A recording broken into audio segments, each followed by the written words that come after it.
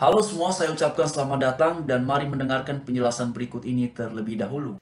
Ya, ini Sobat Waras, ini berita dimuat oleh Satu Harapan ya, berbagi ruang dalam keberagaman ya. Kalau kita mau cari-cari informasi dari apa namanya TV-TV swasta ya atau surat-surat kabar di Indonesia ini yang apa namanya yang sudah terafiliasi sebagai pendukung Hamas ya, kita akan sulit mendapatkan berita-berita seperti ini ya. Ini ya UNRWA ya, sebut Hamas mencuri bahan bakar, makanan dan pasokan medis untuk pengungsi.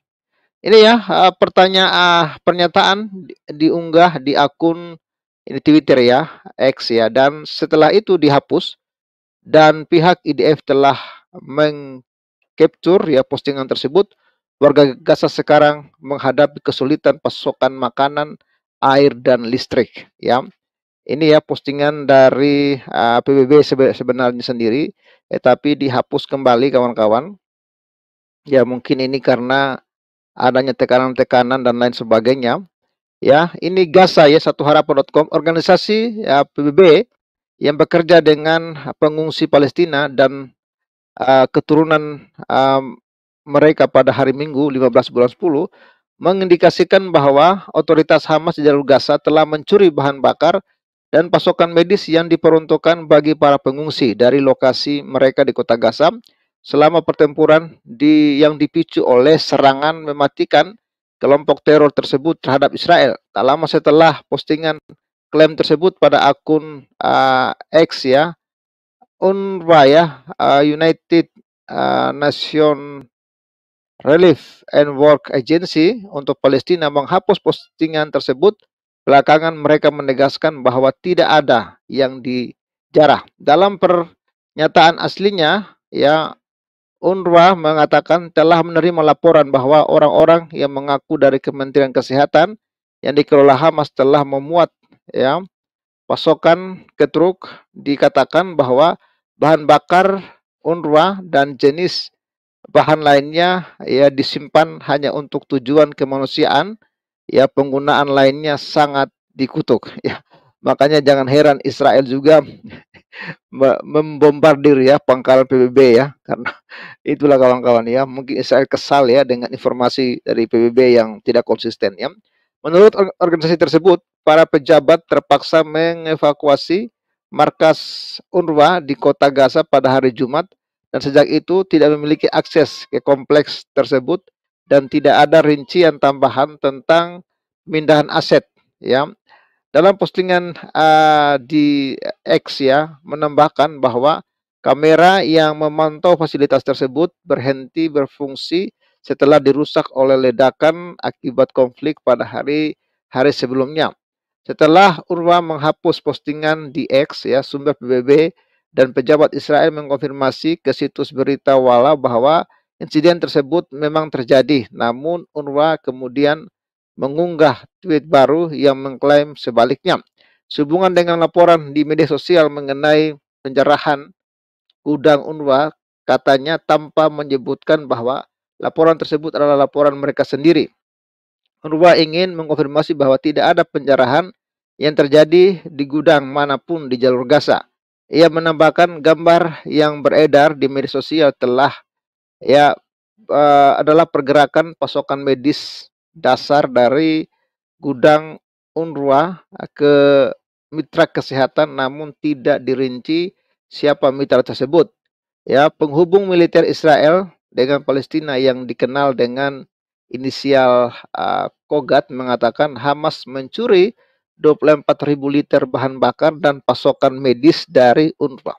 Ya kita pun tidak tahu ya kenapa PBB ya pertama dia sudah menulis bahwa Hamas telah mencuri, tapi lalu dia hapus tweetnya, lalu dia ubah lagi bahwa Hamas ya tidak melakukan pencurian ya. Padahal ya ini ya penghubung militer Israel dan Palestina yang dikenal dengan inisial Kogat ya mengatakan Hamas mencuri 24.000 liter bahan bakar dan pasokan medis di UNRWA.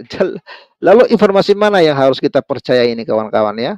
Saya sih lebih percaya ya kepada informasi pertama. Jadi demikian kawan-kawan cuplikan videonya sebagaimana sudah kita simak bersama satu uraian dari Bang Pavel, dan karena itu bagaimana menurut kalian ya. Dan juga ya mari kita lihat terkadang informasi ataupun kabar terbaru mengenai situasi yang sedang berlangsung antara Israel versus Hamas. Ini kita mesti garis bawah ya kawan-kawan ya, karena beberapa waktu belakangan muncul opini ataupun gagasan seolah-olah ini adalah Israel versus Palestina. Yang benar dan yang tepat adalah Israel versus Hamas, itu dia ya. Lalu kemudian juga di sini ada pembahasan terkait dengan situasi terkini Gaza. Israel serang pejuang Hamas di dalam terowongan. Jadi di sini dikatakan ya, yang diserang oleh pihak Israel adalah pejuang Hamas di dalam terowongan. Lalu kemudian dikatakan bahwa Israel mengungkapkan pasukan yang menyerang orang-orang bersenjata Hamas di dalam jaringan terowongan besar milik kaum militan di bawah tanah wilayah jalur Gaza, Palestina. Jadi kawan-kawan semua, sebelum kita lanjutkan ya, saya mau sampaikan bahwa tentu kita terus berharap ya, karena yang paling penting adalah agar situasi di sana kemudian cepat membaik, cepat kembali kondusif, karena kasihan sebenarnya ya yang menjadi warga biasa ataupun masyarakat biasa, terutama mereka-mereka yang tidak mau terlibat dalam situasi seperti ini, terutama mereka-mereka yang orientasi ataupun fokus utamanya adalah bekerja ataupun mencukupkan kebutuhan keluarga mereka. Jadi kasihan ya, dan karena itulah semoga di sana segera tercapai ataupun terwujudnya situasi yang kondusif. Lalu kemudian di sini juga dijelaskan bahwa serangan tersebut dilakukan setelah ya Perdana Menteri Benjamin Netanyahu yang menolak seruan penghentian pertempuran guna meringankan krisis kemanusiaan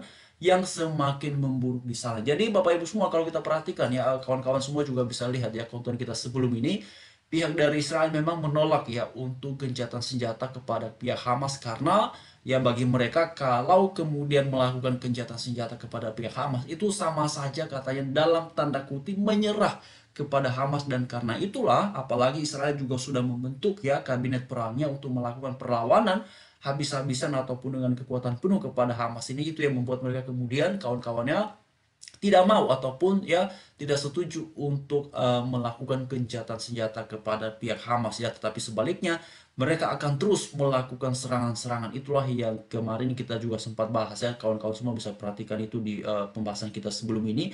Lalu kemudian tidak hanya itu, di sini juga dikatakan bahwa terowongan tersebut adalah tujuan utama Israel ketika mereka memperluas ya operasi darat di Gaza untuk memusnahkan Hamas. Jadi ini memang target yang sudah kita lihat ya beberapa kesempatan, Perdana Menteri Israel Benjamin Netanyahu kan menargetkan ya agar Hamas ini dimusnahkan. Jadi memang targetnya itu, saudara ya. Itu sebabnya memang situasi di sana yang sudah mendekati 1 bulan ini bukan mereda, yang malah semakin memanas, bahkan jumlah korban pun juga semakin meningkat ya, yang menguasai Gaza. Menyusul serangan mendadak yang mematikan di Israel Selatan 3 pekan yang lalu. Ini dia kawan-kawannya. Lalu kemudian dikatakan bahwa selama sehari terakhir ya, gabungan ya IDF pasukan pertahanan Israel itu menyerang sekitar 300 sasaran ya, termasuk pos-pos rudal anti-tank dan peluncuran roket di bawah poros ya, serta kompleks militer di dalam terowongan bawah tanah milik organisasi teroris Hamas tersebut, kata dari pihak militer Israel. Lalu kemudian lebih lanjut lagi dikatakan bahwa Hamas ya membalas dengan melepaskan rudal anti-tank dan tembakan senapan mesin ya, sambung Israel. Jadi memang Bapak Ibu semua, yang perlu kita ketahui bahwa situasi di sana ini bukan hanya Israel ya yang kemudian melakukan serangan-serangan, tetapi ini saling serang ya, saudara-saudari ya. Bahkan di sini juga ada pembahasan terkait dengan jumlah jumlah korban yang sudah mencapai ribuan. Bahkan 2 hari yang lalu ya kawan-kawan ya, sahabat-sahabat semua, kita temukan ada pembahasan ataupun uraian terkait dengan bahwa korbannya sudah mencapai mendekati 10.000 ya. Bahkan coba kita lihat hari ini ya, kawan-kawan, saya coba bagikan dulu ya supaya kita sama-sama tahu ya terkait dengan situasi di sana. Ya, mari kita lihat teman-teman ya. Oke, ini beberapa hari yang lalu ya, ini 8.700 ya. Kalau yang ini 2 hari yang lalu dikatakan ini mencapai 9.000 ya, 500 ya, 21. Lalu kemudian mari kita lihat kawan-kawan ya. Coba kita lihat dulu updatean terbarunya ya. Oke. Ini sini belum ada kawan-kawannya updatean terbarunya ya. Ini sudah sempat ya kita lihat beberapa hari yang lalu secara sekilas ya. Oke, ini dia teman-teman. Kalau ini beberapa jam yang lalu ya. Oke, jadi memang Bapak Ibu semua ada beragam variasi ya terkadang jumlah korban yang di sana. Tapi yang pasti ini terus mengalami peningkatan dan angkanya sudah memasuki ribuan ya. Karena itulah sekali lagi mari kita terus ya mengharapkan semoga di sana segera ada situasi yang kembali membaik. Karena begini kawan-kawan ya, apa namanya, memang juga tidak bisa dipungkiri ya, situasi yang telah terjadi di sana ini sekitar 1 bulan terakhir ya, hampir mendekati 1 bulan, itu juga telah memunculkan banyak reaksi ataupun banyak opini di kalangan masyarakat ya. Dan situasi seperti ini bukan hanya di masyarakat kita di Indonesia, tetapi juga di tengah-tengah masyarakat dunia, pro dan kontra atas situasi di sana ya. Di satu pihak ada yang membela Israel, di satu pihak ada yang mendukung ya, ataupun kemudian juga ada yang membela Hamas, dan demikianlah ya situasinya kemudian terus berkembang. Dan memang apa namanya ya, kalau kita mau mendapatkan informasi yang lebih komprehensif ya, ataupun yang bisa kita katakan lebih bersifat objektif ataupun netral ya, penyampaiannya ke ruang publik itu ya memang penting sekali untuk kita lihat cuplikan-cuplikan video ataupun kemudian ya uraian-uraian dari media luar ya, terkait dengan situasi yang sedang berlangsung di sana. Karena memang kawan-kawan semua, ini sesuatu yang tidak bisa dipungkiri bahwa pemberitaan-pemberitaan yang kita dapati hari-hari ini memang ada beberapa yang memang betul ya, ataupun kemudian bisa kita katakan wah informasinya sepertinya ini objektif. Tapi di satu sisi ya juga tidak bisa dipungkiri bahwa ada pemberitaan-pemberitaan memang yang lebih berorientasi memojokkan Israel ya, dan kemudian membela pihak Hamas dan segala macam. Nah itulah situasinya ya. Ya memang masing-masing kembali kepada pihak-pihak yang menyajikan informasi tersebut, dan juga kepada kita yang mendengarkan ataupun kemudian melihat ya,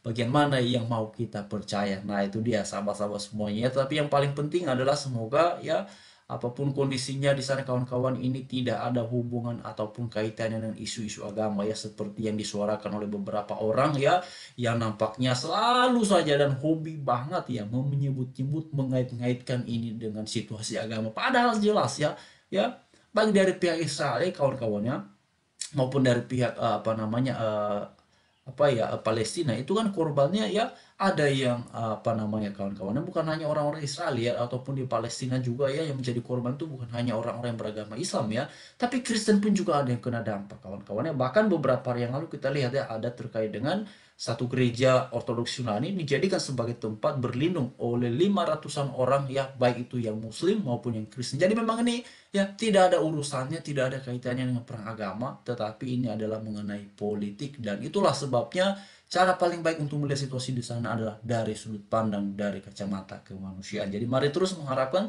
yang terbaik, dan semoga di sana segera situasinya kembali membaik ya. Salam, Tuhan memberkati kita semua.